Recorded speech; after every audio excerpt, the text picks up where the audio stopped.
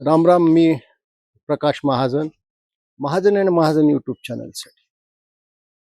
आज कोकणातला माझा दुसरा दिवस आहे आणि चिपळूणला विंध्यवासिनीच्या दर्शनाला मी आलो. सोबत कार्तिक स्वामीचेही दर्शन झालं. आणि मी ज्या व्यक्तीविषयी बोलणार आहे ती सुद्धा एक स्त्री आहे. नुकत्याच राज्यसभेसाठी म्हणून ज्या काही निवडणुका झाल्या, ज्या काही लोकांनी उमेदवारी भरल्या, त्यात शिवसेनातर्फे सोलापूरच्या डॉक्टर ज्योती वाघमारे मधले 65 जोक मारणाऱ्या टोमणे सम्राटांनी पाहिजे तर हसरा मेळावा साजरा करावा.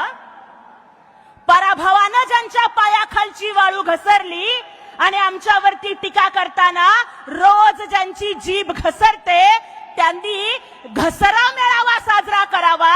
आणि ज्यांनी हिंदू हृदय सम्राट बाळासाहेब ठाकरेंचे विचार सोडले, हिंदुत्व विसरले, त्यांनी हिंदुत्व विसरा मेळावा साजरा करावा. खरा दसरा मेळावा हा इथेच आहे, एकनाथजी शिंदे साहेबांच्या नेतृत्वात आहे. सोलापूर आम्हाला गोरगरिबांच्या हक्कासाठी भांडणारे आडाम मास्तर माहित होते.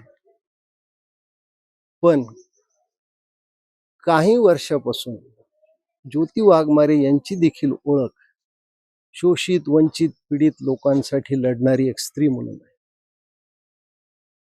एक तो ज्योती सुपर, उसमें एकनाथ शिंदे की पारखी नजर. म्हणजे अशा स्त्री रत्नावर एकनाथ शिंदेची नजर गेली आणि भले भले भले भले गार झाले. एकनाथ शिंदेने राज्यसभेसाठी ज्योतिताईंना उमेदवारी दिली. पक्षातील सर्व धेंड अक्षरशः चित्त झाले. त्यांच्या लक्षातच आलं नाही की शिंदे साहेबांनी एक असा निर्णय घेतला. खरं म्हणजे तो खूप योग्य निर्णय होता. ज्योतिसाई स्वतः इंग्रजी विषयात त्यांनी PhD केलेलं आहे.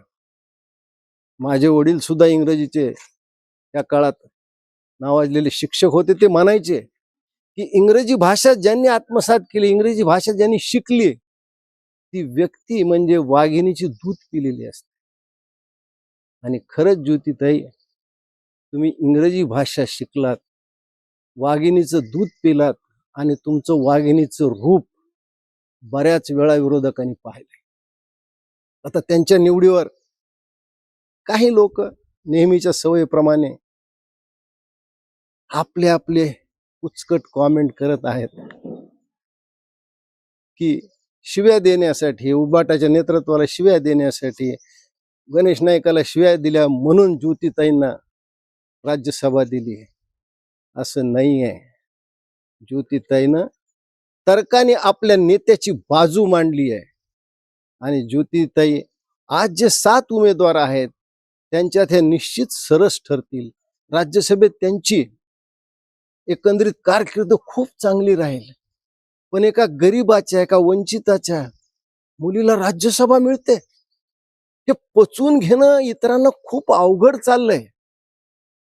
पण एक लक्षात घ्या, एकनाथ शिंदे सारखा नेता बरोबर असे गुणी माणसं शोधतो आणि त्यांना त्यांच्या क्षमतेप्रमाणे काम देतो. म्हणून एकनाथजी शिंदेनं ज्योतिताईंची निवड केली, ती खूप सार्थक आहे. मला एक छोटीशी गोष्ट असं सांगायची की आपण सर्वांनी 3 Dates नावाचा चित्रपट पाहिला असेल. त्या 3 Dates मध्ये ते मित्र आपसात बोलतात की स्वतः नापास झाल्याचं दुःख खूप कमी असतं, ज्यावेळेस आपला मित्र पहिला येतो त्यावेळेस होणारं दुःख हे अति असतं. असंच काही ज्योतिताईच्या बाबतीत झालंय.